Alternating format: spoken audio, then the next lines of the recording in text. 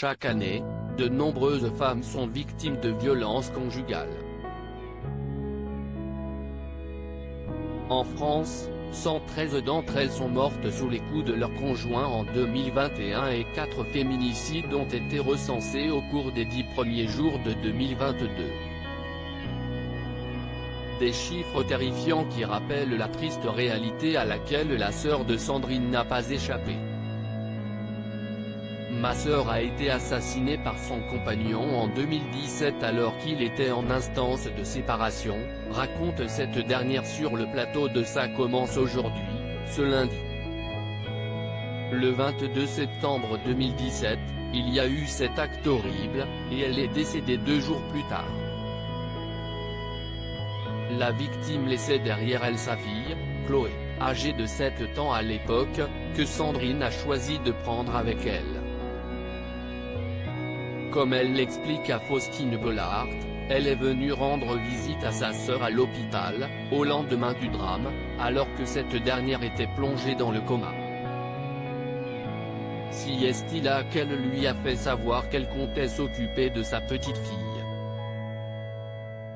Le médecin ne nous ment pas, il se demande comment si est-il possible qu'elle soit encore en vie. Probablement qu'elle nous attendait, pour lui dire au revoir, se souvient Sandrine avant d'ajouter, et moi je lui dis au revoir et je lui dis de partir, mais je lui dis de partir sereinement parce que je prendrai soin de sa fille. Je n'imaginais même pas qu'elle puisse aller ailleurs pour Sandrine, la venue de Chloé sous son toit était une évidence. Je me suis positionné tout de suite, explique-t-elle, je n'imaginais même pas qu'elle puisse aller ailleurs.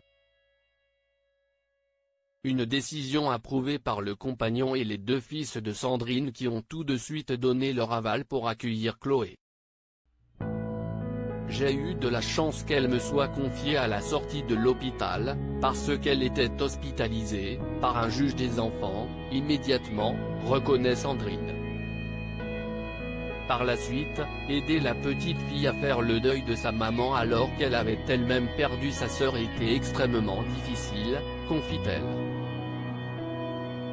Je lui explique qu'elle a le droit d'aimer son père et de détester l'acte, si est-il pas incompatible lâche Sandrine avant de conclure, je pense qu'elle aime son père et si est-il normal, si est-il son père.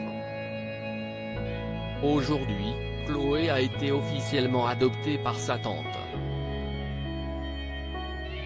Loading Widget.